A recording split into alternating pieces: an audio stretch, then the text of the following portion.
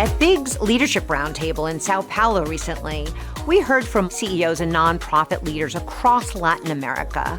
Join us as we explore how businesses are not only reshaping economies, but also reshaping communities and lives, one investment at a time.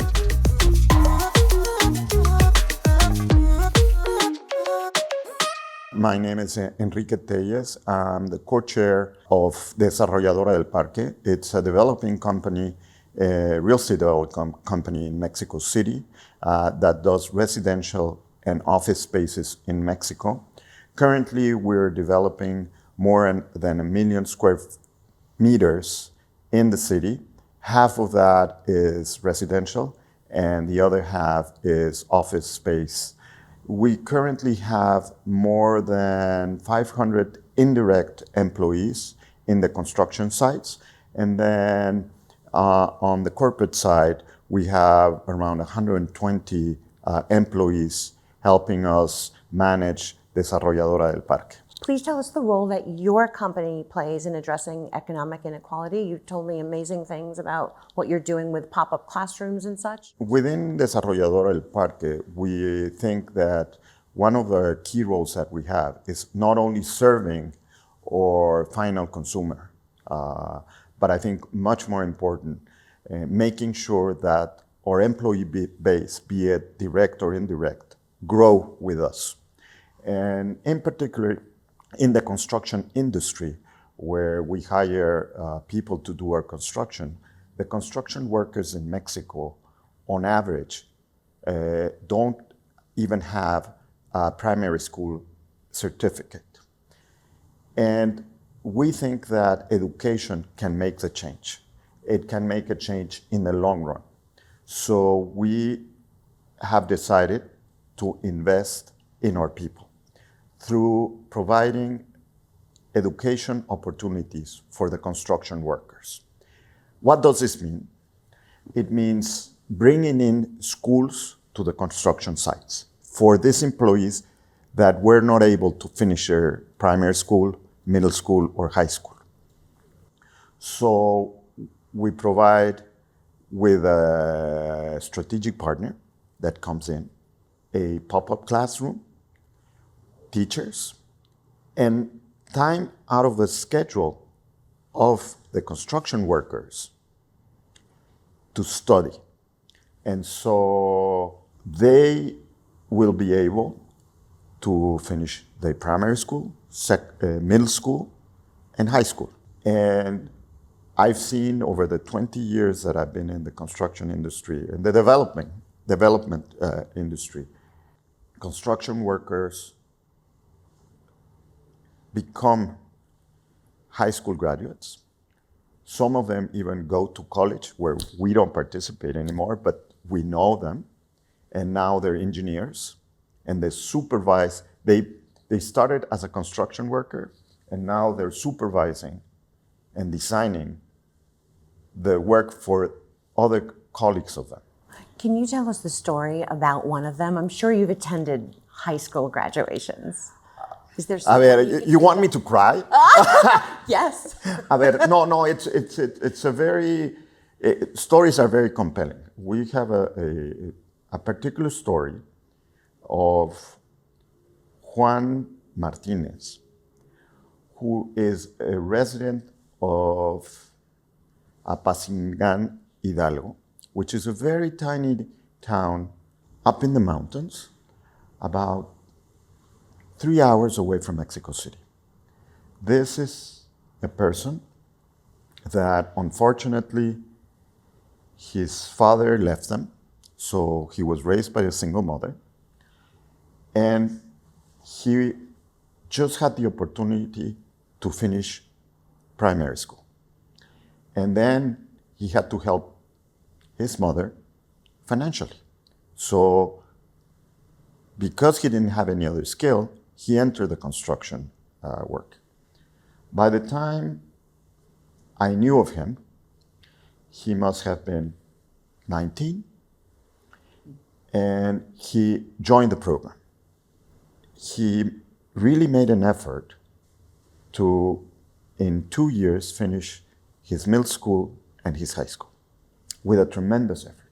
He graduated from high school, and at the end of it, he came and said, licenciado, which is the way they called us.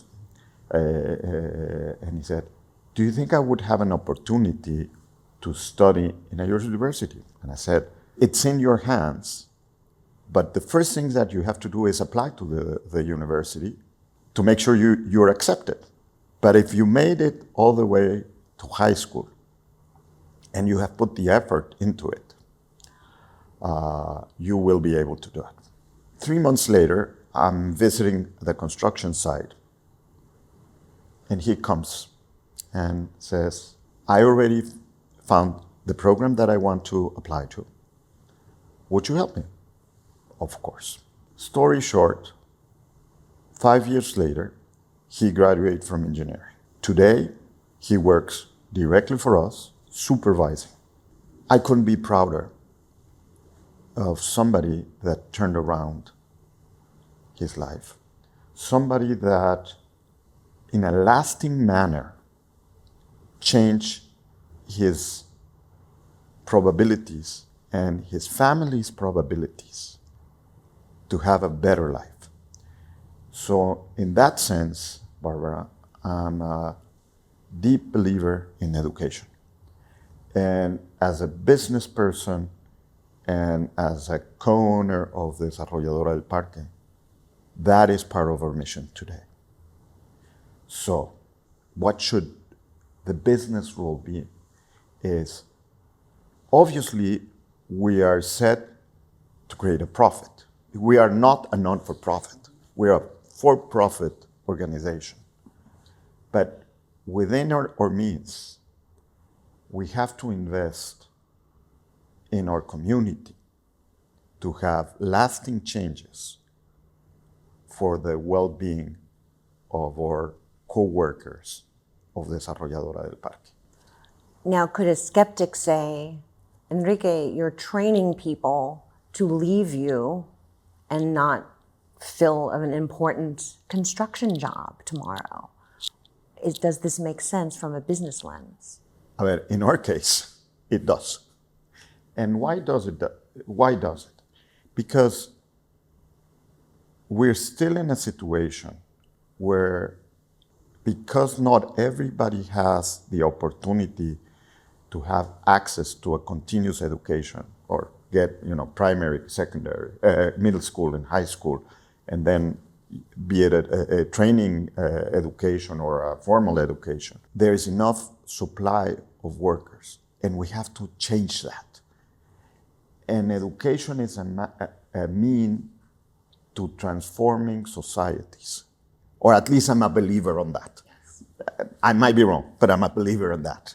And so I think that is an obligation that Desarrolladora del Parque has. What you're doing is incredibly hard. So based on your experience, what is the one piece of advice that you would give to business leaders who may want to have a mission like yours, but they don't know how to act or what to do? Let me use ourselves as a case base. When our strategic partner came and talked about this opportunity of having the pop-up classroom in our construction site, my two other partners and myself turned around and said, this is just a gimmick. We don't want to invest in this.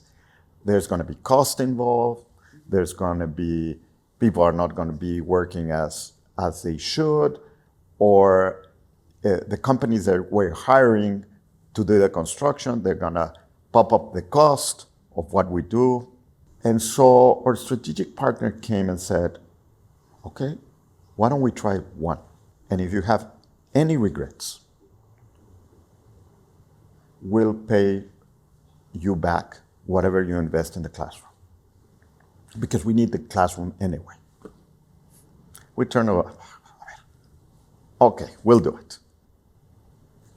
The result was astonishing. As in many businesses, when you start a business, you take a risk. Obviously, you jump into the unknown, but with some information into it. No, it's not really jumping into it on the unknown. Here we were jumping also into the unknown. We had the guarantee that we would get back whatever the pop-up classroom cost, which was nothing at the end of the day. But we had a guarantee that if it didn't work, no harm done. Be ready to take risks.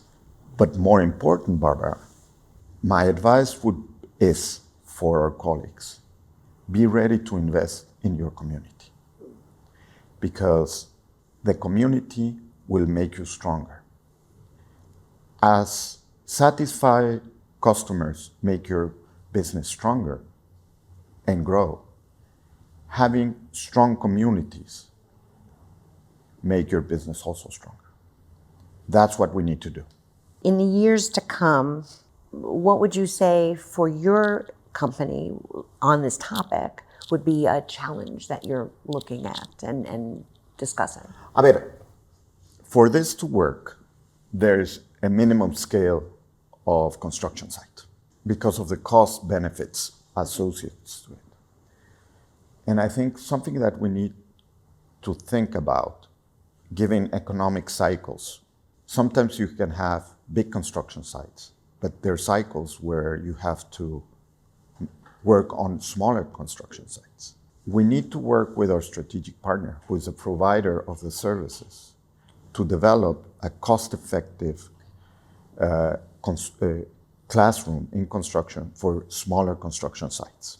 I would say that's part of it. The other challenge is converting other fellow developers to have classrooms in their construction sites. Has that started to happen yet? I have to admit it's a mouth-to-mouth process. Not everyone believes in the commitment to the community and the impact that you can have. And we need to show them how. As we were given the guarantee that if it didn't work, somebody was willing to pay for it. We need to create a sort of guarantee that when you come in, you'll have a return on your investment. Obviously, when you tell the story, it helps, but you have to go and see it and convert them with the impact, with similar stories to the one I told you. This is so fascinating. Enrique, can you please tell us what is the role that you think business schools should play in helping future leaders understand what their mission, is this their responsibility? Short answer, yes. I believe that business schools should start helping changing the paradigm. I think it's important because when you go to a business school, you will acquire skills that will help you to become a better business leader. And if in that set of skills, we develop the necessity to transform your community and your obligation to do that, in addition to creating profits for your shareholders, I think that will change the mindset of future leaders in Mexico or the world,